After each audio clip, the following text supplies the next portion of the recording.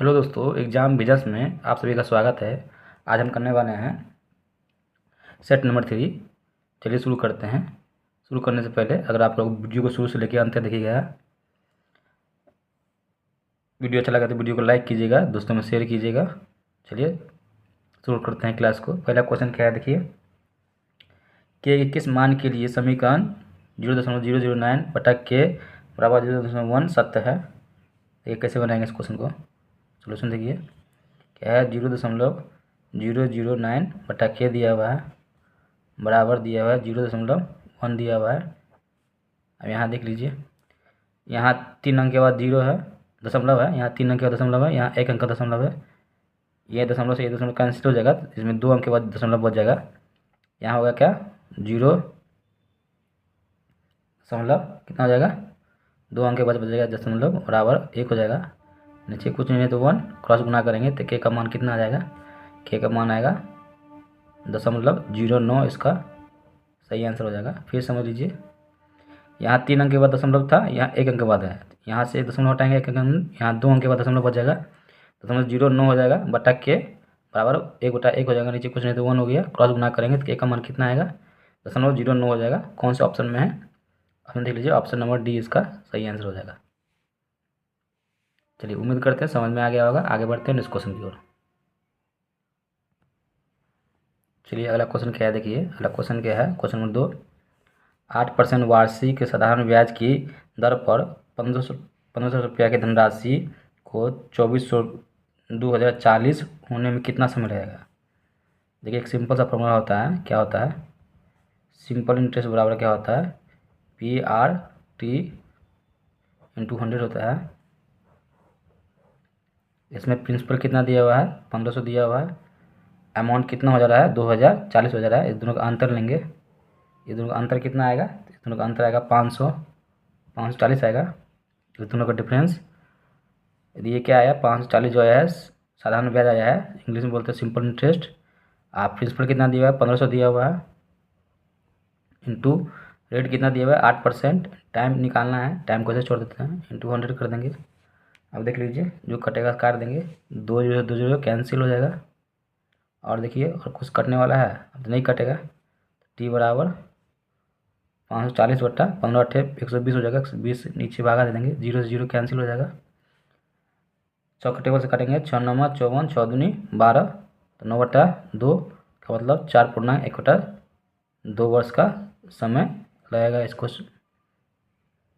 कितना लगेगा, 4/1/2 वर्ष का समय लगेगा। यही इसका आंसर हो जाएगा। ऑप्शन नंबर सी इसका सही आंसर हो जाएगा। फिर समझ लीजिए, फॉर्मूला होता है simple interest P principal into rate into time बटा 100 होता है।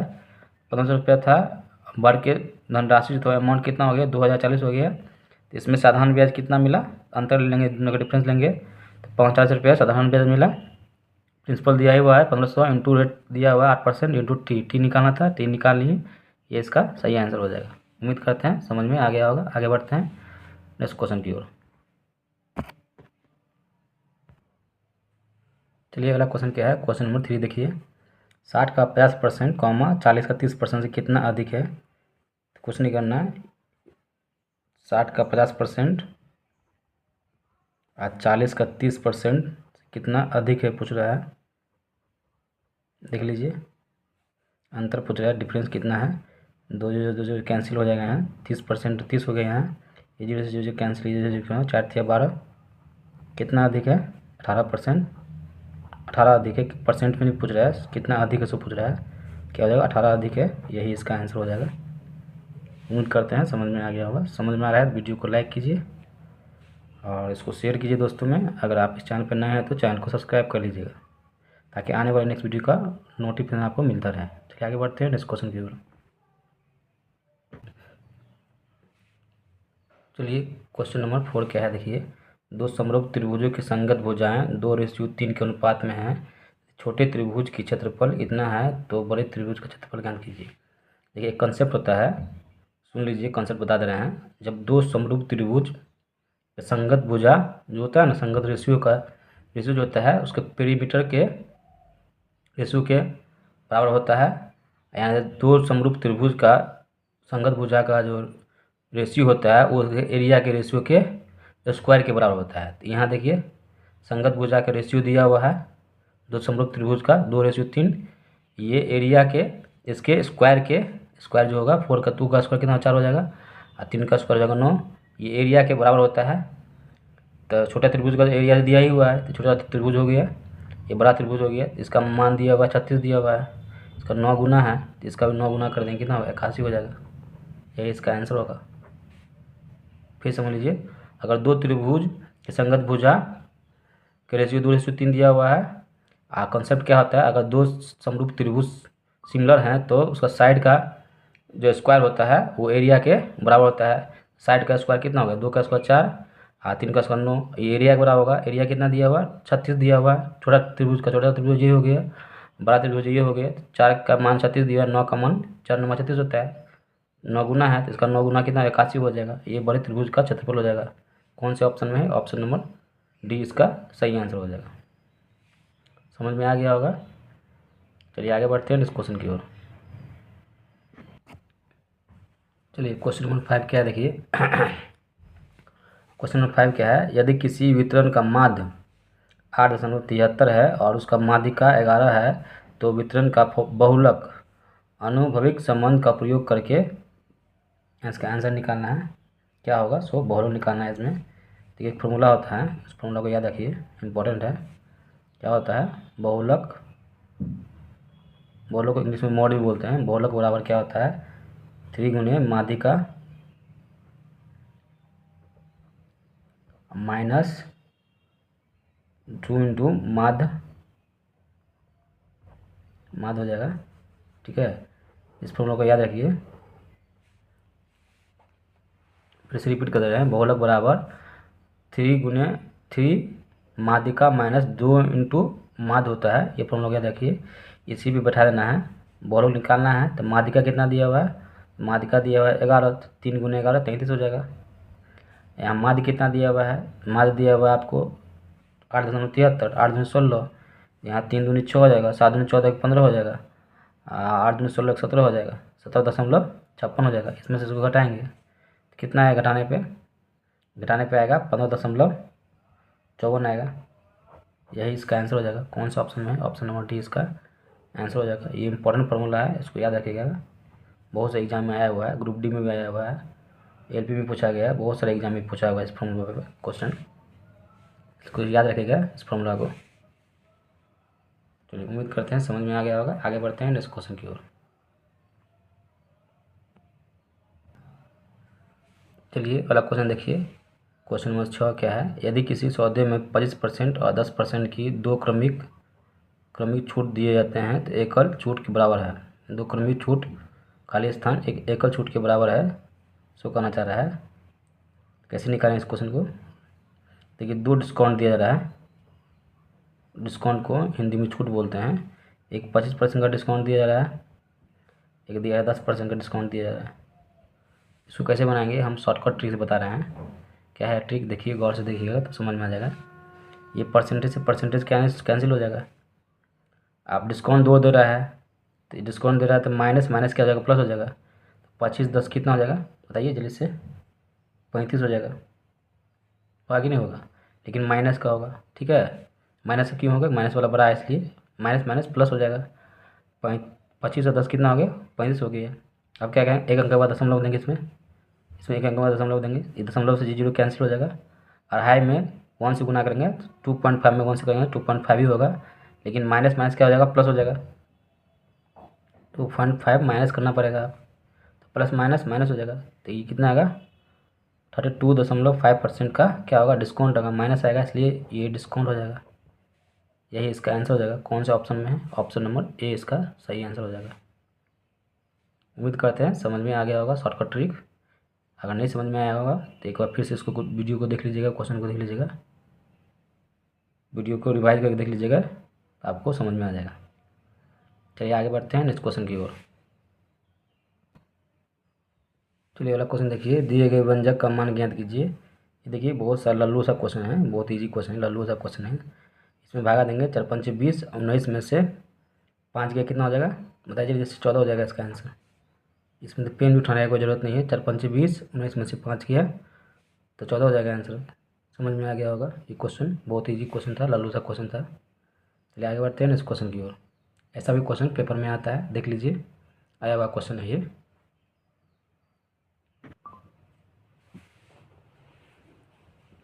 चलिए अगला क्वेश्चन क्या है, क्वेश्चन नंबर 8 देखिए। क्वेश्चन नंबर 8 क्या करा है, एक निश्चित काम को उतना ही समय में कर सकता है जितने समय में बी और सी मिलकर उस काम को कर सकते हैं। यदि ए और बी मिलकर इसे 10 दिन में और सी अकेले इसे 50 दिन में कर सकता है तो बी अकेले इसे कितने दिन में कर सकता है। सो बोला निकालने के लिए देखिए ऐसे बनाएंगे इस क्वेश्चन को। पता चला है ए जो है एक निश्चित काम को जितने, मान लीजिए ए एक निश्चित काम को जितने समय में करता है, बी और सी वही काम को एक निश्चित काम को उतने ही समय में कर सकता है जितने कि समय में बी और सी कर सकता है। बोला है ए एक निश्चित काम को उतने ही समय में कर सकता है जितने कि बी और सी एक निश्चित समय में कर सकता है। ये कंडीशन दिया हुआ है क्वेश्चन में, ठीक है। अब देखिए इसमें बोल रहा है ए और बी मिलके एक काम को 10 दिन में करता है और सी अकेले उस काम को 50 दिन में करता है। दोनों का एलसीएम लेंगे तो कितना आ जाएगा, 50 हो जाएगा। टोटल वर्क हो गया 50, दोनों का हो गया टोटल वर्क कितना हो गया, ये टोटल वर्क हो गया आपको 50 हो गया। 10 दिन करता है तो कितना, 10 पचे 50, 5 की क्षमता से करेगा। 50 सेकंड 50 की 1 की क्षमता से करेगा। ए और बी का क्षमता कितना आ गया, 5 आ गया। सी की क्षमता कितना आ गया, 1 आ गया। अब देखिए यहाँ से देखिए ए बी और सी का क्षमता कितना आ जाएगा, 5 1 6 हो जाएगा। तीनों की क्षमता मिला कितना हो जाएगा, 6 हो जाएगा। ए बी यहाँ है, सी यहाँ, तो ए बी सी का क्षमता कितना होगा, 6 हो गया, ठीक है। अब यहाँ देखिए, अब क्वेश्चन में क्या बोल रहा है, ए का क्षमता जो है बी सी की क्षमता एक निश्चित काम जितना दिन में करता है उतने ही समय में बी और सी करता है। तो यहाँ ए बराबर बी सी के है, तो यहाँ बी सी के बराबर यहाँ पे लिख सकते हैं हम, बी सी की जगह पे ए रख सकते हैं। ए और ए कितना हो गया, 2a हो गया।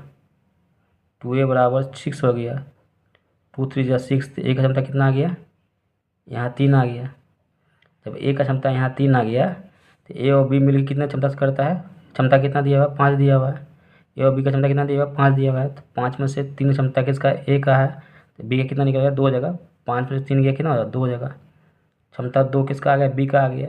और क्वेश्चन में बोल रहा है बी अकेले इस काम कितने दिन में करेगा, बी यही 50 काम को अकेले करेगा, कितना दिन में करेगा, क्षमता से करेगा। 2 क्षमता से कर रहा है तो कितने दिन में करेगा, ये 25 दिन में ये काम को समाप्त कर देगा। यही इसका आंसर हो जाएगा। कौन से ऑप्शन में, ऑप्शन नंबर सी हो जाएगा।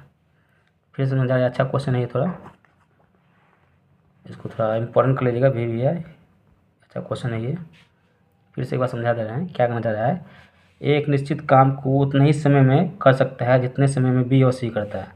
एक निश्चित काम को उतने ही समय में कर सकता है जितना कि बी और सी समय में कर सकता है। तो ए का क्षमता जो है बी सी की क्षमता के बराबर है। तो यहाँ देखिए ए और बी मिलके 10 दिन में काम करता है कोई काम को, सी अकेले किसी काम को 50 दिन में कर सकता है। दोनों का एलसीएम ले लीजिए, कितना आ गया, 50 आ गया। टोटल वर्क आ गया, 10 दिन काम किया कितने क्षमता से किया, 5 क्षमता से किया। 50 दिन काम किया कितने क्षमता से किया, 1 क्षमता से करेगा। 50 दिन 50 काम 1 क्षमता से करेगा। अब यहाँ देखिए ए बी और सी तीनों को मिला क्षमता कितना निकल गया, 6 निकल गया। ए बी का यहाँ दिया हुआ है, सी का यहाँ दिया, तीनों का मिला क्षमता कितना हो गया, 6 हो गया। ए बी सी का क्षमता कितना हो गया, 6 हो गया। उसमें से बोल रहा है ए का क्षमता जो है बी सी की क्षमता के बराबर है, दिया हुआ है यहाँ पे। ए बराबर बी सी के है, तो बी सी के बराबर ए के मान बी सी के बराबर है ना, ए बराबर बी सी दिया हुआ है, तो बी सी की जगह क्या रखते हैं हम, ए रख सकते हैं। तो ए रख दिए, तो ये ए कितना हो गया, 2a हो गया। तो यहाँ 2 से 3 कर जाएगा, 2 3 6 हो जाएगा। तो एक क्षमता कितनी निकलेगी, 3 निकल गया।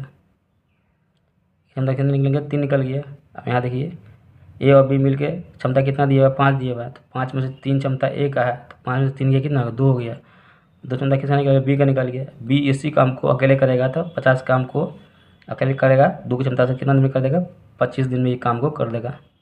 यही इसका आंसर हो जाएगा। कौन से ऑप्शन में, ऑप्शन नंबर सी इसका सही आंसर हो जाएगा। उम्मीद करते हैं समझ में आ गया होगा। आगे बढ़ते हैं नेक्स्ट क्वेश्चन की ओर।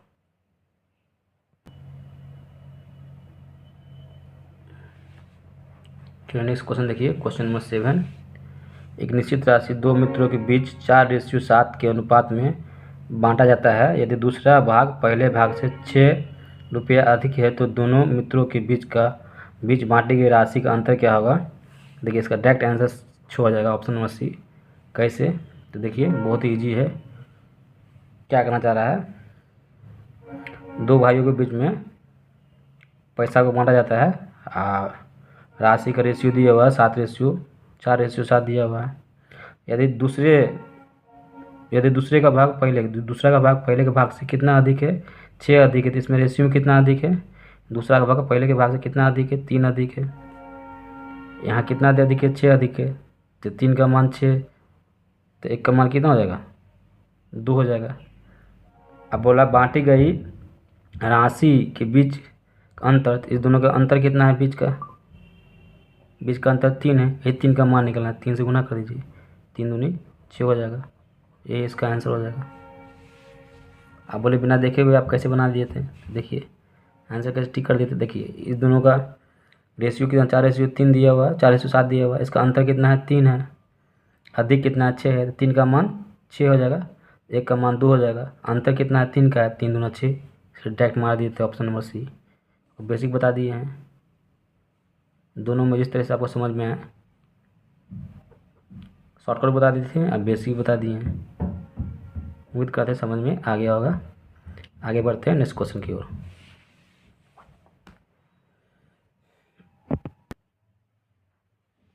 चलिए क्वेश्चन नंबर 8 की ओर। क्या है 8 क्वेश्चन नंबर, देखिए एक फल विक्रेता के पास कुछ सेब थे, उसमें 40% सेब बेचता है और उसके पास अभी भी 240 सेब हैं, तो शुरुआत में उसके पास कितने सेब थे।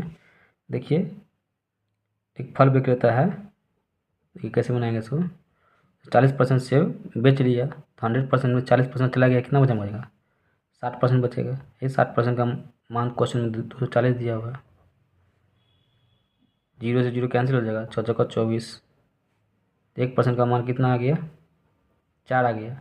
100% का मान निकालना, 100 से गुना कर दीजिए, कितना हो जाएगा, 400 हो जाएगा। कौन से ऑप्शन में है, ऑप्शन नंबर सी इसका, सी करें, ऑप्शन नंबर डी इसका सही आंसर हो जाएगा। उम्मीद करते हैं समझ में आ गया होगा। आगे बढ़ते हैं, ये क्वेश्चन लल्लू सा क्वेश्चन था, इजी क्वेश्चन था। चलिए आगे बढ़ते हैं नेक्स्ट क्वेश्चन की ओर। चलिए दोस्तों क्वेश्चन नंबर 11। पिछले के 2 क्वेश्चन में नंबरिंग गलत हो गया था, आप लोग समझ गए होंगे। नंबरिंग वो 8 के और 9 10 नंबर क्वेश्चन करवाए थे, उसमें नंबरिंग गलत हो गया, उसको ठीक कर लीजिएगा, समझ आइएगा। वो 9 नंबर और 10 नंबर क्वेश्चन था, अब ये 11 नंबर क्वेश्चन है। चलिए देखिए क्या है क्वेश्चन नंबर 11। इसका मान निकालना है सिंप्लीफाई करके। देखिए इसको सिंप्लीफाई करने के लिए इसको क्रॉस करने समीकरण कर दीजिए, तो ये क्रॉस गुना कर दीजिए 1 प्लस कॉस थीटा से, नीचे 1 प्लस कॉस थीटा हो जाएगा, ठीक है। अब यहाँ देखिए ए प्लस बी का होल स्क्वायर हो जाएगा, 1 प्लस कॉस स्क्वायर थीटा हो जाएगा होल स्क्वायर, और नीचे ए माइनस बी, ए प्लस बी का होल स्क्वायर क्या होता है, ए माइनस बी ए प्लस बी का होल स्क्वायर होता है ए का स्क्वायर माइनस बी का स्क्वायर, ए का स्क्वायर एक ही होता है, बी का स्क्वायर मीन्स कॉस का स्क्वायर। अब यहाँ देखिए एक स्टेप और लिख लीजिए, तो ये हो जाएगा 1 प्लस कॉस स्क्वायर थीटा का होल स्क्वायर, ये 1 minus cos square theta sine square theta होता है। अब देखिए स्क्वायर हटेगा दोनों पर से, तो रूट हट जाएगा, तो 1 प्लस कॉस थीटा बाई यहाँ क्या आ जाएगा, साइन थीटा हो जाएगा। तो 1/साइन थीटा ये लिखेंगे अलग करके, plus cos theta by sine theta. 1 plus sine theta क्या होता है, तो होता है कॉसेक थीटा होता है। अब cos theta by sine theta क्या होता है कॉट थीटा होता है। यही इसका आंसर हो जाएगा। कौन से ऑप्शन में है, ये ऑप्शन नंबर सी इसका आंसर होगा। लेकिन ये बहुत ही बेसिक क्वेश्चन है, इसको हर स्टूडेंट इसको तैयार करके रखता है, आप भी तैयार करके रख लीजिए। कैसे तैयार कीजिएगा, देखिए इस रूप से एक नोट्स बना के तैयार कर लीजिए। 1 plus cos theta 1 minus cos theta होता है, तो डायरेक्ट याद रखिए इसको, 1 प्लस कॉस थीटा बटा साइन थीटा याद रखिए, इस तरह से तैयार कर लीजिए। तो 1 प्लस साइन 1 ये दो अलग अलग करेंगे, 1 प्लस साइन थीटा, ये cos theta by sine theta क्या हो जाएगा, ये हो जाएगा कॉसेक थीटा प्लस हो जाएगा कॉट थीटा। इस तरह से तैयार कर लेता है अच्छा स्टूडेंट जो होता है। 1 plus cos theta 1 minus cos theta बराबर डायरेक्ट क्या होता है, 1 plus cos theta by sine theta होता है। इतना बात को याद रख लीजिए, ठीक है। तय करके रखिए, तो डायरेक्ट इसका आंसर आ जाएगा, आपको करने का काम नहीं पड़ेगा। ये बहुत बेसिक क्वेश्चन है जो बहुत अच्छा बच्चा तैयारी करता है, इसको तैयार कर लेता है। आपको हम पूरा डिटेल बता दिए हैं कैसे कैसे आया है, सो कैसे कैसे हुआ है। सो देखिए, वो बच्चा यहाँ तक इसको याद ही कर लेता है, कॉन्सेप्ट नहीं लिख लेता है। क्या लिखता है, 1 + cos theta by 1 - cos theta बराबर क्या होता है, 1 + cos theta by sin theta होता है। अब यहाँ से डायरेक्ट कर लीजिएगा तो आंसर आ जाएगा cos theta plus cot theta हो जाएगा। कौन सा ऑप्शन में है, ऑप्शन नंबर सी इसका सही आंसर हो जाएगा। उम्मीद करते हैं समझ में आ गया होगा। आगे बढ़ते हैं इस क्वेश्चन की ओर। चलिए अगला क्वेश्चन क्या है, क्वेश्चन नंबर 12 देखिए। एक दीवार जिसकी ऊंचाई उसके चौड़ाई से 5 गुना से अधिक है, ये लाइन गलत दिया हुआ, अधिक नहीं होगा, यहाँ क्वेश्चन में गलत दिया हुआ था, इसको ठीक कर लीजिए। एक दीवार जिसकी ऊंचाई उसकी चौड़ाई से 5 गुना है तथा उसकी लंबाई उसकी ऊंचाई से 8 गुना है का आयतन 12.8 घन मीटर है, तो दीवार की ऊंचाई ज्ञात कीजिए। देखिए कैसे बनाएंगे, लंबाई दिया हुआ है, चौड़ाई और ऊंचाई दिया हुआ है। क्वेश्चन बोल रहा है कि एक दीवार की ऊंचाई जो है उस ऊंचाई उसकी चौड़ाई से 5 गुना है, तो ऊंचाई जो है चौड़ाई से, चौड़ाई मान लेंगे 1 है, इसका 5 गुना क्या है, ऊंचाई है। ठीक है, समझ में आ गया होगा। अब आगे देखिए, उसकी लंबाई उसकी ऊंचाई से 8 गुना है, उसकी लंबाई जो है उसकी ऊंचाई से क्या करा, 8 गुना है, तो इसकी ऊंचाई मान लेंगे 1 है, तो इसका 8 गुना ये है। इतना बात समझ में आ गया होगा। अब यहाँ देखिए, ऊंचाई दोनों में बराबर होना चाहिए। यहाँ ऊंचाई 5 है, यहाँ क्या 1 है, तो बराबर करना पड़ेगा, इसमें 5 से गुना करना पड़ेगा, इसमें 5 से गुना करना पड़ेगा, इसमें 1 से गुना करना, 1 से गुना करने पर कुछ फर्क नहीं पड़ेगा, सेम का सेम ही रहेगा। तो यहाँ देखिए रेशियो बैलेंस हो गया, तो ये हो गया 8 × 5 = 40 हो जाएगा। चौड़ाई हो जाएगा 1 रेशियो आई हो गया, ऊंचाई हो गया 5 रेशियो, लंबाई ऊंचाई, लंबाई चौड़ाई ऊंचाई निकल गया। इसमें एक वेरिएबल मान लेंगे x। ठीक है, इसका आयतन दिया हुआ है, तो आयतन क्या होता है, आयतन होता है लंबाई गुने चौड़ाई गुने ऊंचाई। तो गुना कीजिएगा तो कितना आएगा, 200 x³ बराबर आयतन दिया हुआ है 12.8 घन मीटर दिया हुआ है। अब यहाँ देख लीजिए, काट लीजिए 2 को टेबल से, ये 100 टाइम में कट जाएगा, 2 × 12 2 × 8। अब x³ बराबर 6 दशमलव कितना हो जाएगा, हो जाएगा 100 हो जाएगा। इधर दशमलव हटाएंगे तो कितना होगा, 0 हो जाएगा, 1000 हो जाएगा। ये किस में चल रहा है, अभी मीटर क्यूब में चल रहा है, ठीक है। क्यूब हटाएंगे तो इसमें क्या आ जाएगा, रूट आ जाएगा, 64/1000 आ जाएगा। 64 किसका क्यूब होता है, 4 का, ये किसका होता है 10 का। एस का मान कितना आया, 4/10 आ गया। ठीक है, एक्स का मान आ गया 4/10 आ गया। अब यहाँ देखिए गौर से ध्यान दीजिए,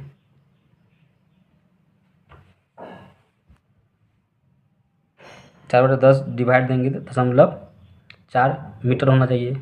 0.4 मीटर कहीं ऑप्शन में है नहीं ना है, इसका मतलब इसको सेंटीमीटर में चेंज करना पड़ेगा। सेंटीमीटर चेंज करने के लिए इससे 100 से क्या करना पड़ेगा, मल्टीप्लाई करना पड़ेगा। मीटर में था 100 से गुना कर दिए तो सेंटीमीटर में हो जाएगा, तो ये 400/10, 0 से 0 कैंसिल हो जाएगा, तो 40 सेंटीमीटर इसका आंसर हो जाएगा। चौड़ाई, चौड़ाई को x माने हुए थे, x यही है 1x, x का मान आ गया, चौड़ाई निकल गया। कौन से ऑप्शन में है, ये ऑप्शन नंबर ए इसका सही आंसर हो जाएगा। ये थोड़ा अच्छा क्वेश्चन था, इसको थोड़ा अच्छा क्वेश्चन मानते हैं, बेसिक है, अच्छा क्वेश्चन है, लेकिन इसको इम्पोर्टेंट कर लीजिएगा, रिवाइज कर लीजिएगा। ठीक है, चलिए आगे बढ़ते हैं नेक्स्ट क्वेश्चन की ओर।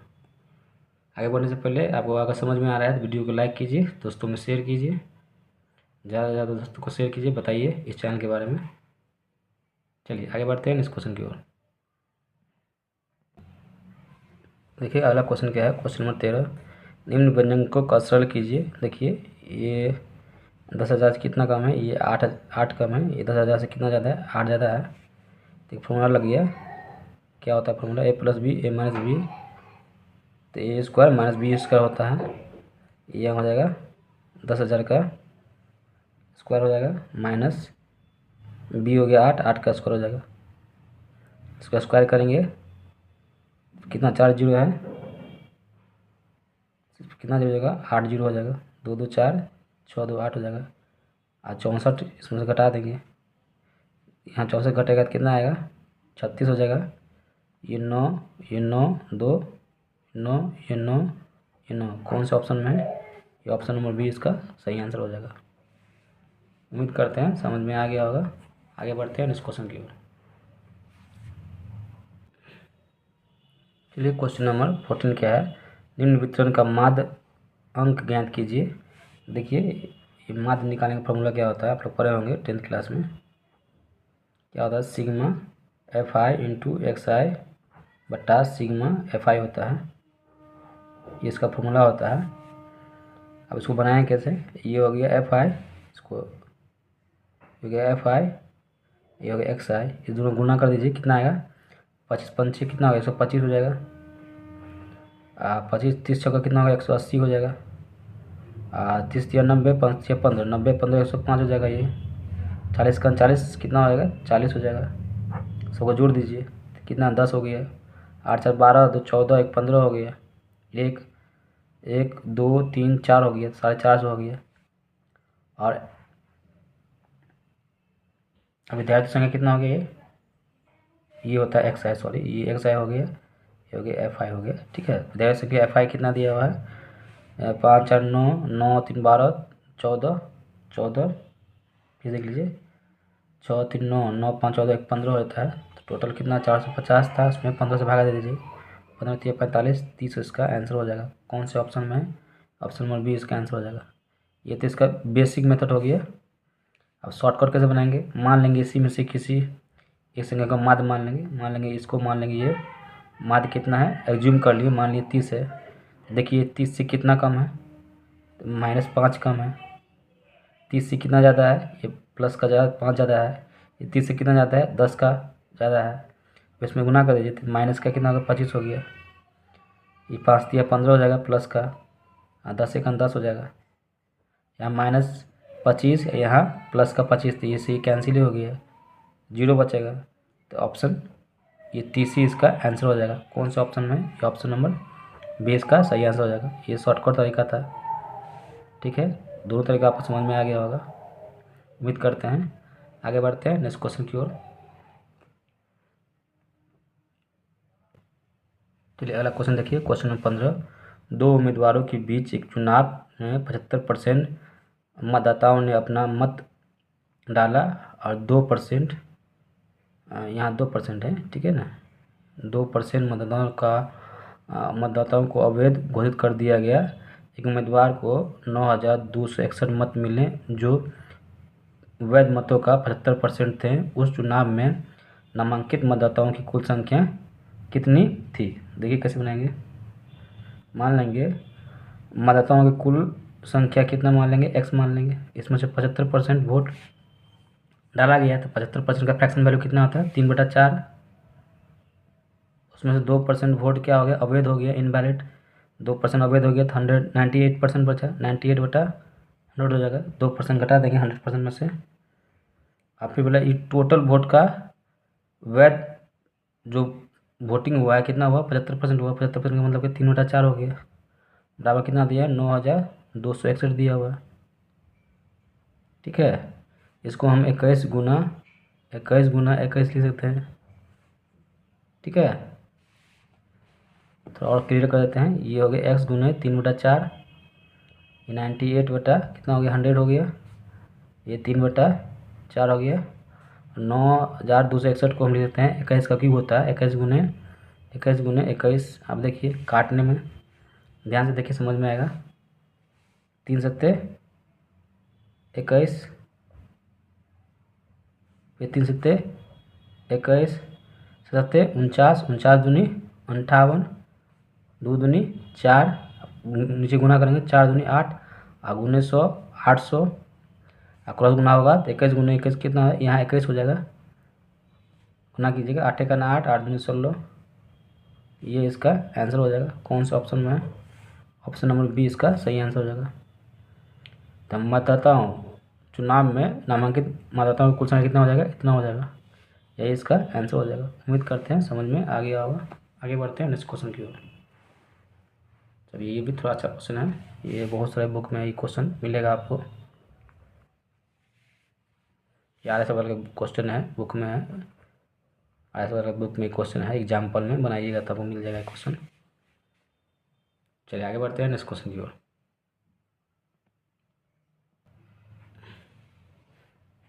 चलिए क्वेश्चन नंबर 16 क्या है देखिए। अर्नब 9 संतरे और 8 केले 276 रुपये में खरीदता है। जब एक संतरे का मूल्य 10% कम हो जाता है और एक केले का मूल्य वही रहता है तो 5 संतरे और 10 किलो का मूल्य 210 रुपया हो जाता है। तो 4 संतरे और 3 किलो का आरंभिक मूल्य ज्ञात कीजिए। ये कैसे बनाएंगे इस क्वेश्चन को। अर्नब जो है 9 केला मीन्स 9 ऑरेंज, तो ऑरेंज को मान लेंगे x, 9 ऑरेंज nx प्लस 8 केला 8y, केला को मान लिया y, कितना में खरीदता है 276 मान खरीदता है। ये इक्वेशन 1 हो गया। अब यहाँ आगे देखिए बोला है जब एक संतरे के मूल्य में 10% कमी, 10% कमी मतलब 9/10 कमी हो जाता है और केला का मूल्य वही रहता है। केला मान लिया y, 9/10 10% कमी 9/10 हो जाएगा। ये केले के मूल्य में क्या कमी हो गया, केला का संतरा का मूल्य में कमी हो गया तो संतरा को माने x माने थे और केला का मूल्य वही रहता है तो y माने थे वही रहता है, इसमें कोई चेंज नहीं आता है। तो 5 संतरे या 10 किलो का मूल्य कितना हो जाता है, 5 संतरे तो 5 से यहाँ गुना कर देंगे, ठीक है। 10 केला 10 से इसमें गुना कर देंगे, 10y प्लस कितना हो जाता है 210 हो जाता है। यहाँ गौर से देखिए फिर समझिए, 5 दूनी 10 क्रॉस गुना हो जाएगा, ये 2 से गुना हो जाएगा तो यहाँ हो जाएगा 9x प्लस 20y बराबर हो जाएगा यहाँ कितना हो जाएगा 21 दूनी 42 420 हो जाएगा। ये इक्वेशन 2 हो जाएगा, ठीक है। अब ये दोनों इक्वेशन सॉल्व करेंगे, कौन कौन सा इसको सॉल्व करेंगे तो ये इसको घटा लीजिए तो ये से ही कैंसिल हो जाएगा, माइनस माइनस माइनस, तो 20y में से 8y आ जाएगा, कितना हो जाएगा 12y हो जाएगा। अब 420 में से 276 घटाएंगे कितना होगा, 420 में से 276 घटाएंगे तो कितना होगा 144 आएगा घटाने पे। तो 12 है 144, तो y का मान कितना आ गया, y का मान 12 आ गया। किसी एक इक्वेशन में रख देंगे तो y का मान इसमें रख देते हैं, सेकंड इक्वेशन में सेकंड में रखेंगे तो 12 दूनी कितना हो जाएगा 24 240, 9x बराबर 420 में से 12 दूनी 24 240 घटाएंगे, घटाने पे कितना आएगा 420 में से 240 जाएगा तो होगा 180।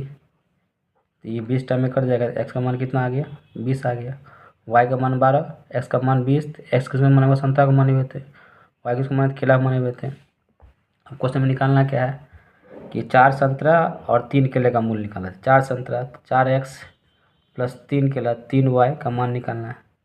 x का मान कितना निकालना है 20, 20 चौका 80 हो गया ये। y का मान कितना लगेगा 12, 12 3 36 हो गया, जोड़ने पे कितना है 116 हो जाएगा, 116 रुपये हो जाएगा आंसर। कौन से ऑप्शन में है, ये ऑप्शन नंबर ए इसका सही आंसर हो जाएगा। ये थोड़ा अच्छा क्वेश्चन है, फिर से एक बार रिपीट कर दे रहे हैं, इसको भी कर लीजिएगा। क्वेश्चन में कहा जा रहा है कि अर्नब 9 केला खरीदता है तो केला का मान लीजिए x प्लस 8 केला करें। अर्नब जो है 9 संतरा खरीदता है, संतरा का मान लीजिए x, 9x प्लस 8 केला खरीदता है तो y मान लीजिए केला का तो 8y, दोनों मिला खरीदना कितना में खरीदता है 276 में खरीदता है। क्वेश्चन 1 हो गया। अब जब बोला एक संतरे के मूल्य में 10% की कमी हो जाती है, संतरा के मूल्य में 10% कमी हो गया, 10% का मतलब हो गया था 9/10 हो गया, इसमें कमी हो गया, इसमें संतरा के मूल्य में, और केला का मूल्य वही रहता है, केला का मूल्य वही रखे, इसमें कोई कमी नहीं आया। तो बोला 5 संतरा और 10 किलो का मूल्य 210 रुपये हो जाता है। तो 5 संतरा तो 5 संतरा मूल्य तो यही ना, इसी में कमी हुआ होगा ना, 10 केला का मूल्य में कोई कमी नहीं होगा, 10 में y इंटू 210 हो गया, काट दिए 5 में 10, ऐसे क्रॉस गुना कर दिए, इसका सोल्यूशन निकाल दिए हैं जो आपको बता चुके हैं, समझ में आ गया होगा। आगे बढ़ते हैं नेक्स्ट क्वेश्चन की ओर। आगे बढ़ते हैं, आगे क्वेश्चन क्या है, नेक्स्ट क्वेश्चन देखिए।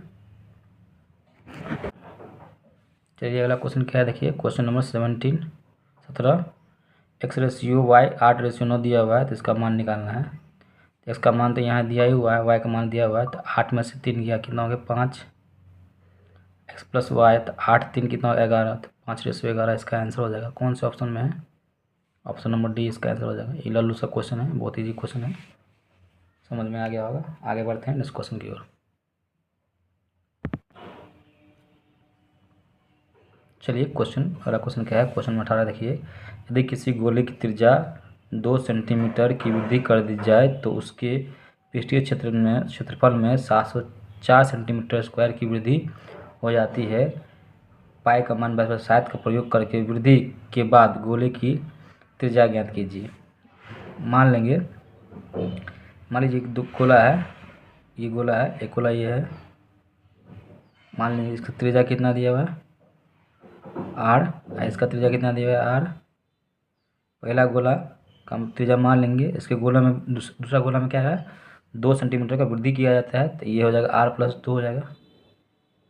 ठीक है, बोला ना यदि किसी गोले की त्रिज्या में 2 सेंटीमीटर वृद्धि, मान लेंगे पहले गोला का त्रिज्या कितना r है और दूसरे गोला की त्रिज्या में 2 सेंटीमीटर वृद्धि हो जाता है। त्रिज्या में कितना, नया गोला के त्रिज्या में कितना 2 सेंटीमीटर वृद्धि हो गई, तो r+2 हो गया।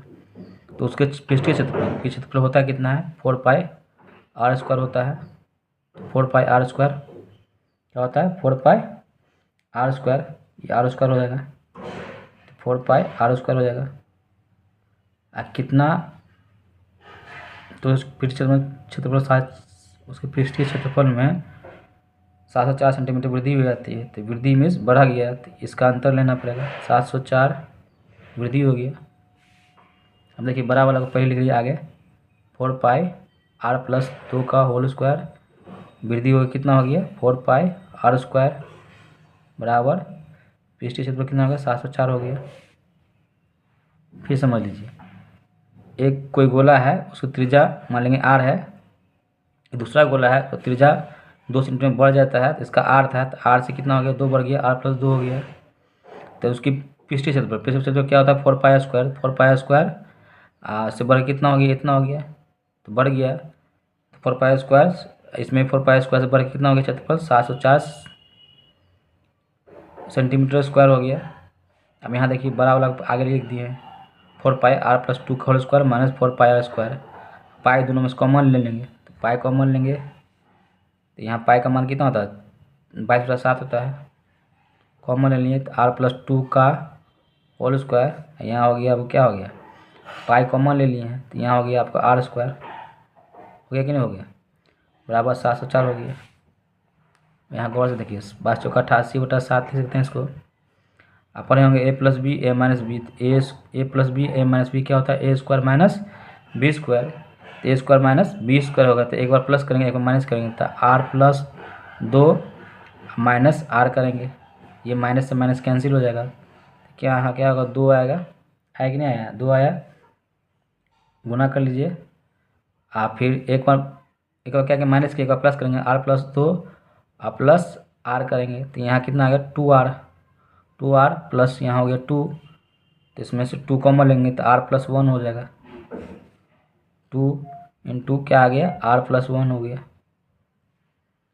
बात समझ में आ गया होगा, बराबर कितना हो गया यहाँ पे 704 हो गया।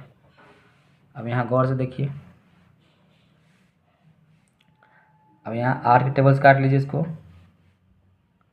किसके टेबल से काटिएगा 11 के टेबल से काटे 11 × 8 = 88, 11 × 6 = 66, यहाँ कितना बचेगा आपको 66, 4 बचेगा, इसको 44, 8 दूनी 16, दूनी 32, दूनी 64, 2 टाइम में कट जाएगा ये। अब क्रॉस गुना कर लीजिए, 7 दूनी 14, r+1 बराबर 14 हो गया, तो r का मान कितना आ गया 13 आ जाएगा। लेकिन क्वेश्चन में बोल क्या रहा है कि वृद्धि के बाद गोले की त्रिज्या क्या है, वृद्धि के बाद वृद्धि कितना हुआ था, पहले r था, त्रिज्या कितना बढ़ गया r+2 हो गया था, तो वृद्धि के बाद बढ़ा हुआ यही है, तो r का मान इसमें रख देंगे, 13 + 2 कितना हो गया 15, इसका आंसर हो जाएगा। कौन से ऑप्शन में है, ये ऑप्शन नंबर क्या हो जाएगा ए हो जाएगा। अच्छा क्वेश्चन है, उम्मीद करते समझ में आ गया होगा, इसको भी कर लीजिए। चलिए आगे बढ़ते हैं नेक्स्ट क्वेश्चन की ओर। चलिए अगला क्वेश्चन क्या है, क्वेश्चन 19 देखिए, 40 किलोमीटर/आवर और 22 किलोमीटर/आवर की चाल से एक ही दिशा में चल रही 2 रेलगाड़ी 1 मिनट में एक दूसरे को पूरी तरह से पार कर जाता है। यदि पहली रेलगाड़ी की लंबाई 125 मीटर है, दूसरी रेलगाड़ी की लंबाई कितनी है। देखिए 2 रेलगाड़ी है, इसका चाल दिया हुआ है 40 किलोमीटर/आवर है, और दूसरी रेलगाड़ी का चाल कितना दिया हुआ है, ये दिया हुआ है 22 किलोमीटर/आवर है। एक ही दिशा में जा रहा है, दोनों रेलगाड़ी एक ही दिशा में जा रहा है, एक दूसरे को 1 मिनट में, कितने मिनट में, 1 मिनट में एक दूसरे को पार करती है। पहली रेलगाड़ी की का लंबाई दिया है 125 मीटर दिया हुआ है, दूसरी का पूछ रहा है, तो मान लेंगे x। कॉन्सेप्ट होता है जो पहली रेलगाड़ी दूसरी रेलगाड़ी पार करती है तो दोनों की लंबाई क्या हो जाती है, जुड़ जाती है, 125 प्लस x हो जाएगा, ठीक है। और एक ही दिशा में जब जाती है तो दोनों का चाल क्या, चाल का डिफरेंस लेते हैं, तो 40 में से 22 जाएगा, कितना होगा, 18 होगा। किलोमीटर पर आवर में मीटर पर सेकंड चेंज करेंगे, 5 बटा 18 से गुना करना पड़ेगा। 1 मिनट कितना सेकंड होता है, 60 सेकंड होता है, 60 से इसमें क्या करना, भागा करना पड़ेगा। 1 मिनट कितना होता है, 60 होता है, 60 से इसमें भागा देना पड़ेगा। अब देखिए कुछ नहीं करना, सॉल्व कर दीजिए, ये 18 से 18 कैंसिल हो जाएगा, नीचे कुछ नहीं, 1 इस क्रॉस गुना 125 प्लस x 60 पंचे 300 हो जाएगा। 300 में से 100 गया तो हो गया 200, 200 में से 1 25 गया 75, यही इसका आंसर हो जाएगा। कौन सा ऑप्शन है, ऑप्शन नंबर सी। दूसरे रेलगाड़ी का लंबाई कितना होगा, 175 मीटर हो जाएगा इसका आंसर। उम्मीद करते हैं समझ में आ गया होगा। आगे बढ़ते हैं नेक्स्ट क्वेश्चन की ओर।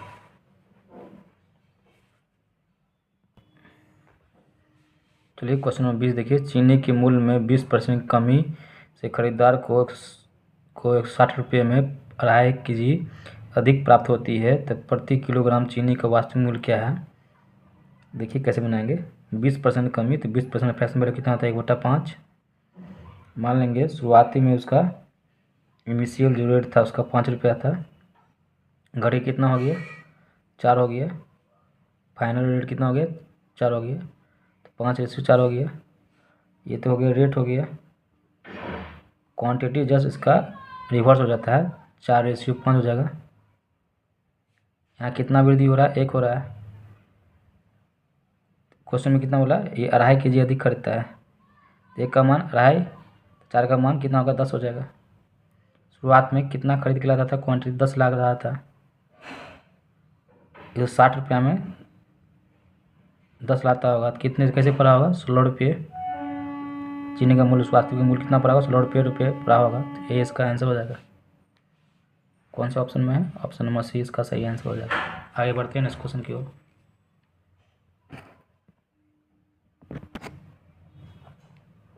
चलिए यहीं पे ये सेट समाप्त हो जाता है। आपको ये सेट कैसा लगा ज़रूर बताइए कमेंट बॉक्स में कमेंट करके। अच्छा लगा तो वीडियो को लाइक कर दीजिएगा और आप लोग वीडियो को शेयर कीजिएगा दोस्तों में। अगर आप इस चैनल पर नए हैं तो चैनल को सब्सक्राइब कर लीजिए ताकि आने वाले नेक्स्ट वीडियो का नोटिफिकेशन आपको मिलता रहे। चलिए आज के लिए इतना ही, फिर मिलते हैं नेक्स्ट वीडियो में, तब तक के लिए बाय बाय, जय श्री राम, हर हर महादेव।